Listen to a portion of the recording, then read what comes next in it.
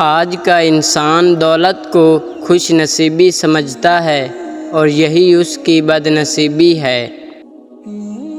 جب تم امیدیں باندھتے دور جا پہنچو تو موت کی ناگہانی آمد کو یاد کرو۔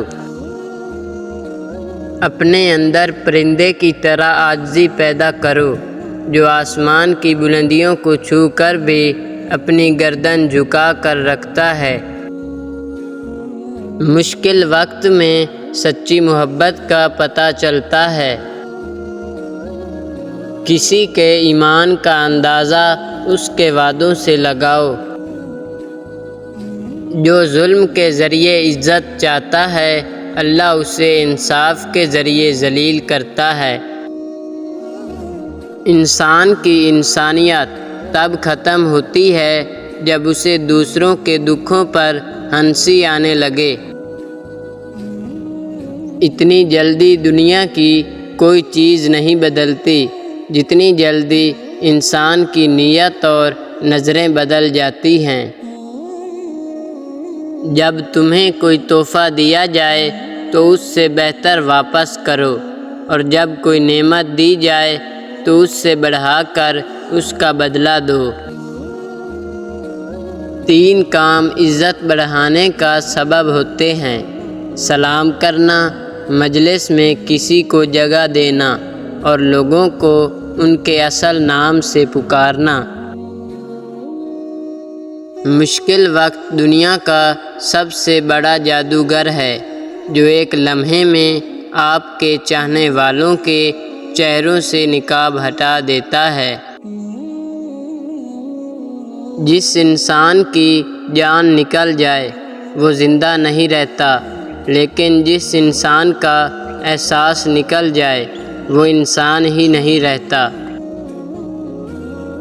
ابھی موقع ہے کیونکہ اعمال نامے کھلے ہوئے ہیں، قلم چل رہے ہیں، بدن تندرست و توانا ہے، زبان آزاد ہے، توبہ سنی جا سکتی ہے اور اعمال قبول کیے جا سکتے ہیں۔ جس پر نصیحت اثر نہ کرے وہ جان لے کہ میرا دل ایمان سے خالی ہے۔ ہمیشہ اخلاق سے بات کیا کرو کیونکہ انسان پر سب سے زیادہ مصیبتیں اس کی اپنی زبان کی وجہ سے آتی ہیں۔ خاموشی ایک عظیم نعمت ہے، خاص طور پر اس وقت جب اختلافات زیادہ ہوں، آوازیں بلند ہوں، علم کی کمی ہو اور دلیل کی کوئی اوقات نہ ہو۔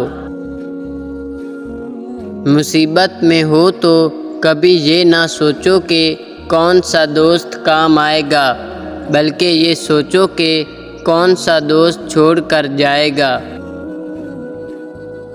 رزق سخاوت میں پوشیدہ ہے، لوگ اس کو محنت میں تلاش کرتے ہیں۔ شریر میں کوئی اچھی بات دیکھو تو اس سے دھوکہ نہ کھاؤ اور شریف سے کوئی غلطی سرزد ہو جائے تو اس سے نفرت نہ کرو۔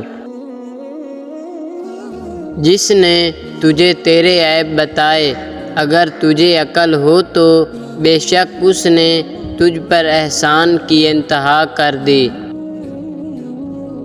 دل کا روزہ زبان کے روزے سے اچھا ہے اور زبان کا روزہ پیٹ کے روزے سے بہتر ہے۔